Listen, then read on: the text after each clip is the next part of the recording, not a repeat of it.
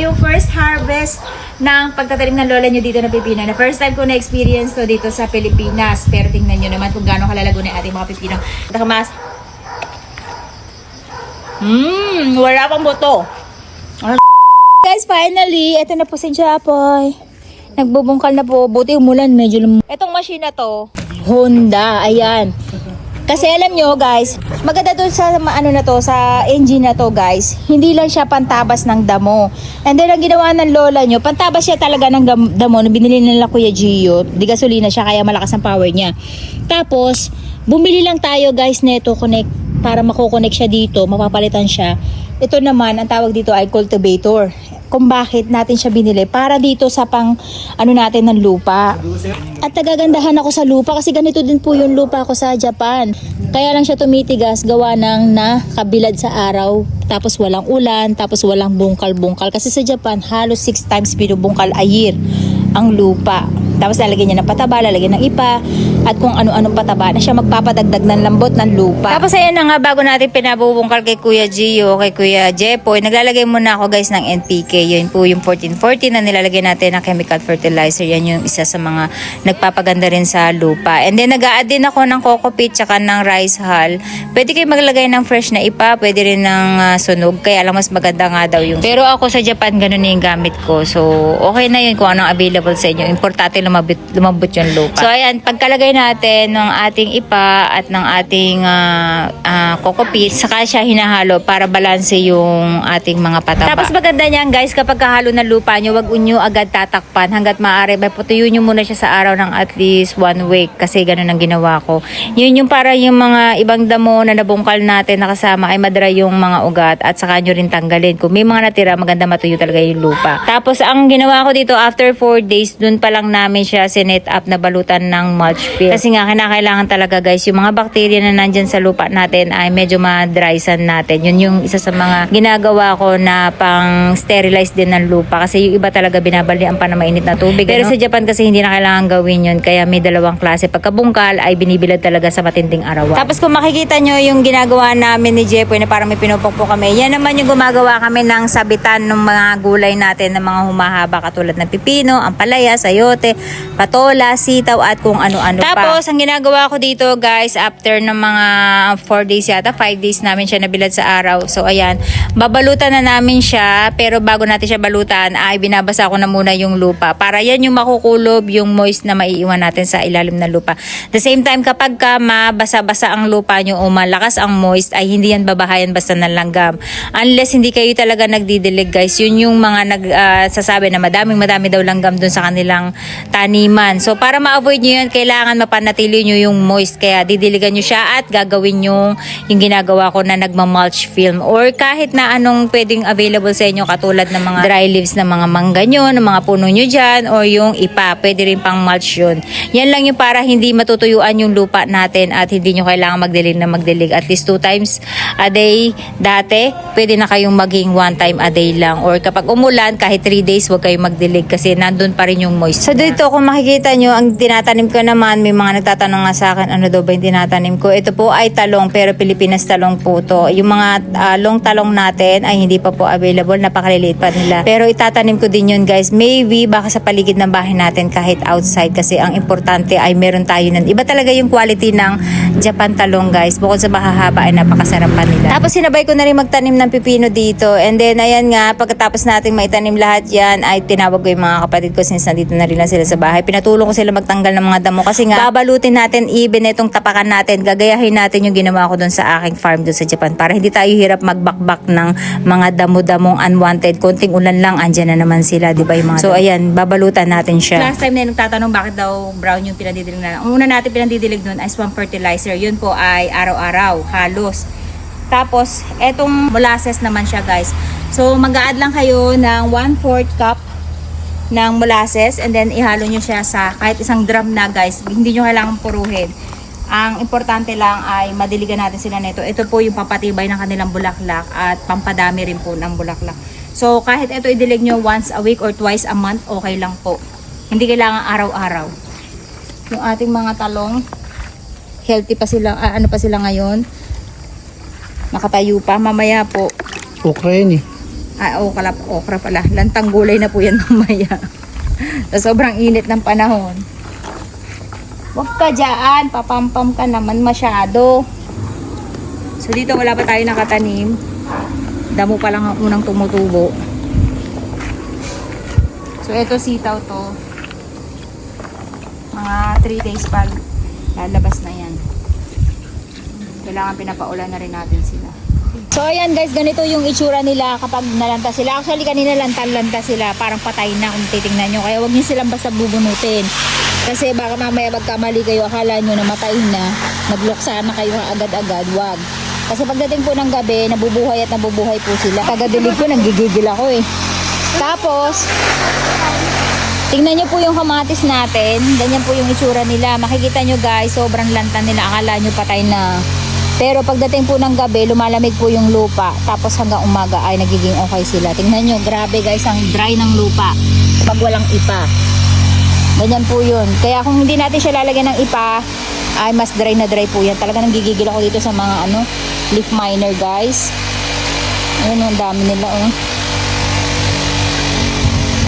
So ayan po. Tapos ayan yung mga sili natin. Ganyan ang itsura nila pag sapit ng hapon. Pero pagdating ng gabi, nagiging okay po yan. Nadidehydrate lang talaga sila sa sobrang init ng panahon. Ganun din yung okra natin. Pero dahil tingnan nyo guys, may sapin sila na ganito, hindi sila masyadong nalalanta. Ayan, ito po, oting lanta. Pero nung wala yan guys, grabe. Nakasayad na sila sa lupa. Nakakuluntoy na talaga as in.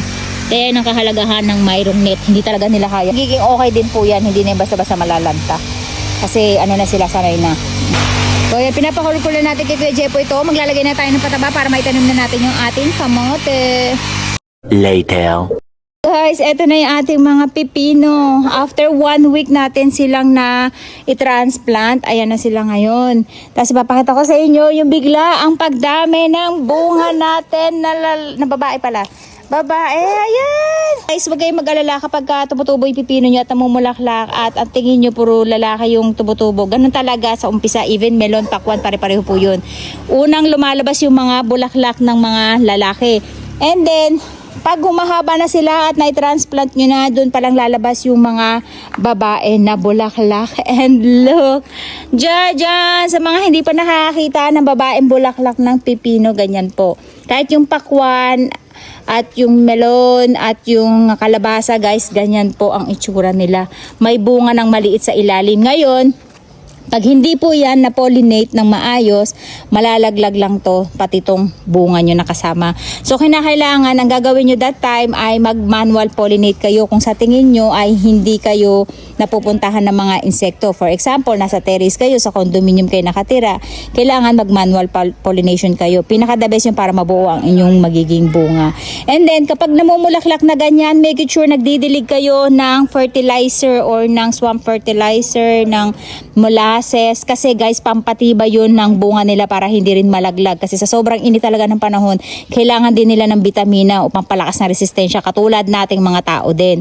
Kaya kailangan, huwag kayong dilig ng dilig na puro tubig lang. Kailangan, bigyan nyo rin po sila ng nutrients o yung pataba, pampatibay ng katawan. Kailangan din po nila yan. So ayan guys, nakakatuwa lang kasi ang dami ko na nakikita ang bunga bukod dyan. Meron na rin tayong nakikita dito ng malaking bunga. Philippine pipino siya. So, meron tayong mga variety kasi niya sa Japan na matataba, na ay mahahaba. So, ayun yung tinanim natin na ngayon pa lang natin dito transplant, guys. So, ayun, nakita nyo, ang ganda-ganda na nila. At ayan, kasama yung pinagugasan namin ng bigas araw-araw na dinidilig ni nanay. So, tingnan mo na yo. Ang dami na nating pipinong papapakin. Ito pa, tingnan mo, ang laki na, oh. Oh, nay, ang laki na. Look, oh. Biglang dami yung pipino, di ba? Oh, pipino pala yan. Kala ko upo. Meron tayong patola, ayun, hindi pa nalaki. Nagpapalakas pa lang. Nay, dito nga, nay. Tingnan mo, nung diniligan mo yan, kalabasa, lumakas yung resistensya. Ito na yun, itong patola. So, ayan guys, meron tayong pagapangan dito sa mga nagtatanong, ginawa talaga yan namin.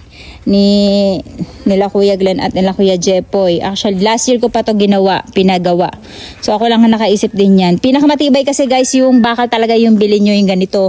Kaysa yung mga nabibilin tukod-tukod kasi dito sa Pilipinas ay iba yung temperature. Tsaka mahal din yun. Mas maganda na to pang matagalan na talaga guys. So ayan, ito yung mga patola natin. Natuwa kasi ako, pinadiligan ko ng bigas to kay nanay. Hindi talaga lumalaking kalabasa natin. And then all of a sudden guys, after 2 days, biglang laki sila. Bilig ng yan, bugas bigas. Kaya nga, yan, sabi ko kasi para hindi sayang yung pinagugasan ng bigas, pinagbalatan ng mga prutas, pinapa-swamp fertilizer ko talaga sa kanila. Actually, yung isa pa sa didiligan natin yan yung atis natin. So, mamaya bubungkalin namin yung side na yon tsaka yung kabila na yon guys. Nakakatuwa lang kasi meron na tayong mga pipino. Pamangkin ko, hindi pa nila natikman ang lasa ng pipino, kaya ngayon pa lang sila makakatikim ng pipino. Kaya, ayan. Tapos ito, puputulin natin to guys. Para hindi maagawan yung pagtaas nila. So, ito, bibilang lang tayo ulit. 1, 2, putol. Ayan. Kasi hahaba pa yan guys. Tapos magkakaroon siya ng panibagong sanga dito. So, ganun din. Kaya, huwag kayo manghinayang, ay, sayang naman tong pwesto na to. Kasi magsasanga pa rin po yan. Pagkatapos niyan mamunga, magsasanga yan. Kaya, yun po yung gapang dyan. At saka pag sobrang crowded ng inyong taniman guys, sabi ko sa inyo, madali kayong puntahan ng insekto. Katulad kanina, meron dito 2 sa Lagubang. Nakita ko kagad sila, so naagapang kagad natin sila. No? Kung hindi guys, ay ubos ang mga dahon natin. Paborito po nila yung mga melon na yan. The next day, Guys, ito na yung ating mga pipino. At meron tayong first harvest ng pagtatanim ng lola nyo dito na pipino. Na first time ko na-experience to dito sa Pilipinas. Pero tingnan nyo naman kung gaano kalalago na yung ating mga pipino. Siyempre, weekly tayo nagdidilig ng pataba dyan. Pati pinagugasan natin ng bigas dito natin nilalagay. At jaja! Tingnan nyo to guys! Ito na yung ating pipino guys. Ito dapat ganito pa lang ay pinipitas nyo na. Actually, sobrang na to. Kahapon pa to dapat pipitasin. Kaya lang sobrang busy ng lola nyo. Sa pagpitas sa kanya, ganyan lang. Gaganunin nyo lang siya guys para mapigtas nyo. At syempre katulad ng ginagawa ng lola nyo, pinupunasan ko lang. Tapos pwede na natin to kainin. Dahil ito po ay organic, hindi po ako gumagamit ng mga fertilizers. Punasan natin kasi medyo maalikabok lang siya. Itadakimasu guys! Unang harvest ng pipino na lola nyo dito sa ating garden sa Pilipinas. Itadakimasu! Wala pang buto. Ano mo yan? Wala pa ka pa buto-buto guys. Ito yung timing na actually hindi natin ko nakain sa Japan.